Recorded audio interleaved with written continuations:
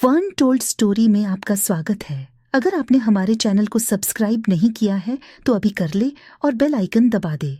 चलिए आज की कहानी शुरू करते हैं।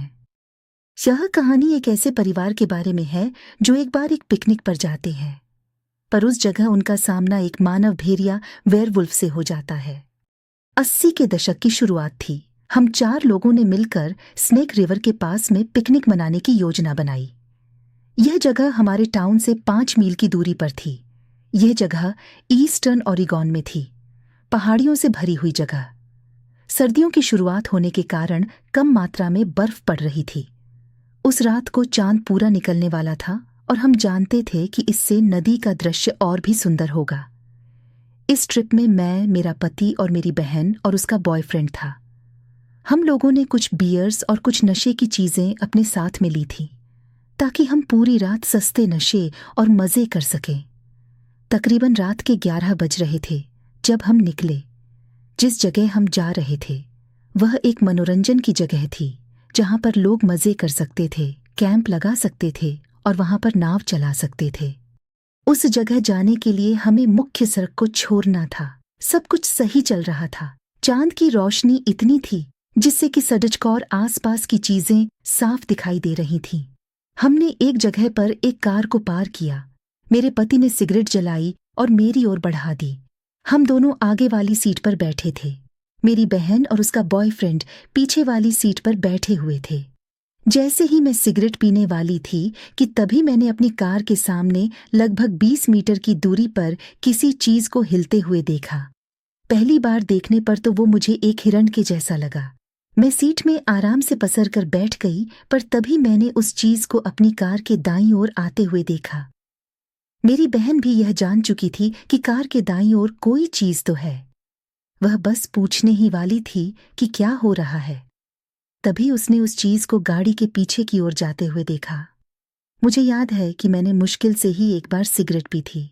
मेरी बहन जो सिर्फ 13 साल की है, वो ना तो स्मोक करती है और ना ही कोई ड्रिंक करती है, और हमें इतना समय भी नहीं हुआ था कि हम यह काम कर सकते थे। हम सब चुपचाप बैठे हुए थे।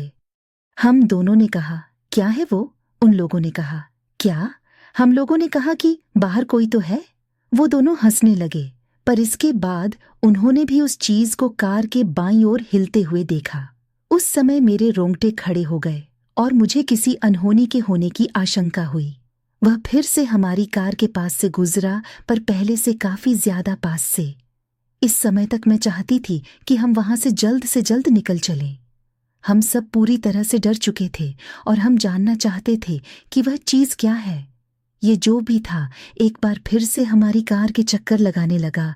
जैसे ही यह हमारे कार के सामने आया, मेरे पति ने कार की हेडलाइट ऑन कर दी, पर जैसे ही लाइट उस जगह पर पड़ी कि वहां पर कोई नहीं था।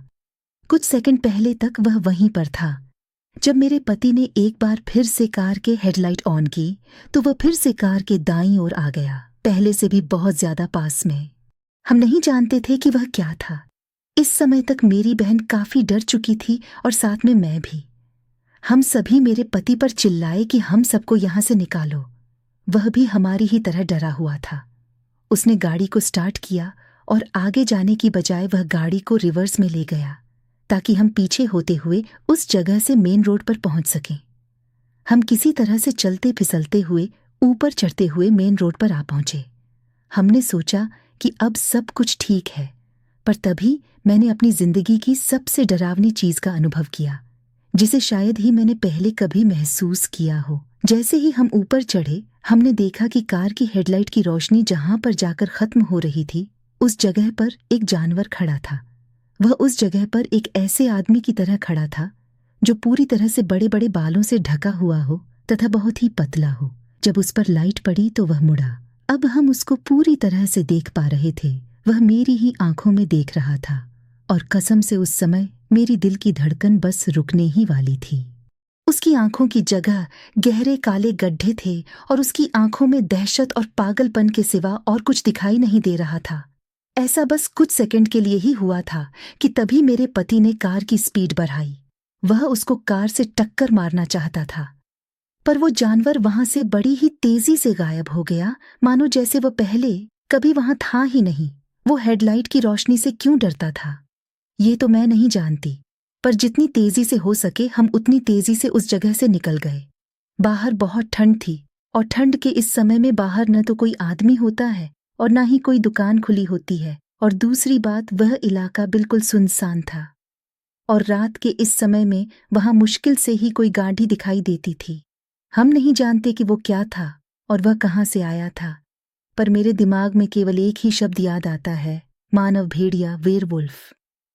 उस जगह पर बहुत सी ऐसी ही मानव भेड़िए को देखे जाने वाली घटनाएं हुई हैं, और सच बताऊं तो अब मैं उस जगह पर कभी नहीं जाना चाहती हूँ।